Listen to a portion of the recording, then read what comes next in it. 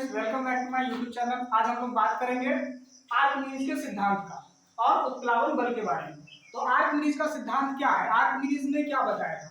Archimedes ने बताया कि जब हम किसी वस्तु को किसी लिक्विड में यानी कि फ्लूइड्स यानी तरल में अंशतः या पूर्णतः डुबाते हैं तो उसके भार में एक आभासी कमी आती है। और ये कमी किस वजह से आती है? क्योंकि वो लिक्विड यानी कि जो फ्लूइड्स है वो भी उस वस्तु पर ऊपर की ओर एक फोर्स अप्लाई करता है।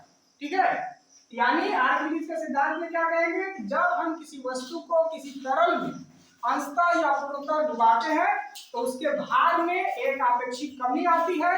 ठीक है, और यह कमी वस्तु द्वारा विस्थापित द्रव के भार के बराबर होता है। यानी कि किसी वस्तु को जब हम लिक्विड में डुबाए, ठीक है, तो उसने जितना पानी को जितना फ्लूइड्स को डिस्प्लेस किया अपने जगह से उसके भार में उतनी ही कमी आएगी।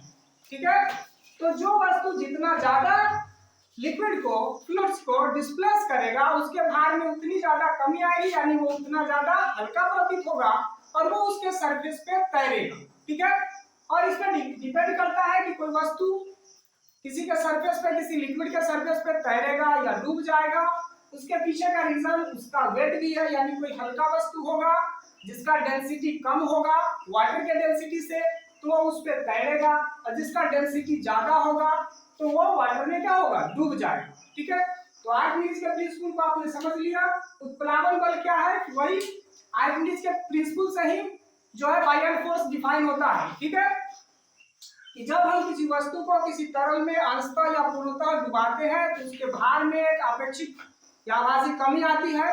ठीक है, यह कमी उस वस्तु द्वारा विस्थापित द्रव के भार के बराबर होता है और इसी को उत्प्लावन बल कहते हैं। यानी कि जब हमने किसी वस्तु को लिक्विड में डुबाया, ठीक है, तो उसने जितने लिक्विड को डिस्प्लेस किया, अगर वाटर में डुबाया तो वाटर को डिस्प्लेस किया, उसके भार में उतनी ही कमी आएगी।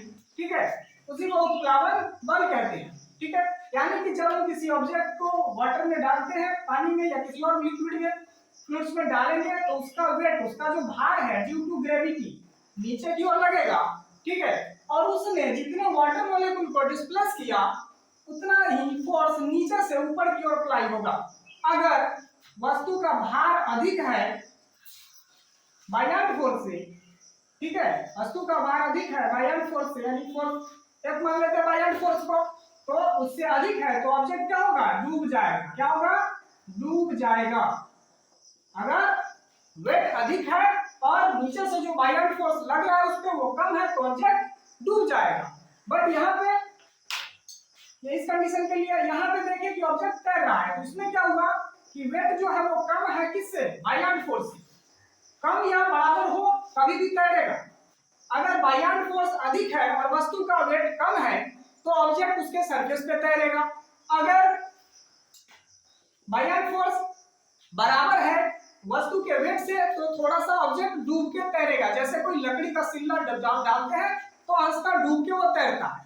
लेकिन जब वेट अधिक होगा, यहाँ पे वेट अधिक है, वेट ज्यादा होगा फोर्स से, तो क्या होगा, बायएंड फोर्स से तो ऑब्जेक्ट डूब जाएगा। ठीक है, धन्यवाद।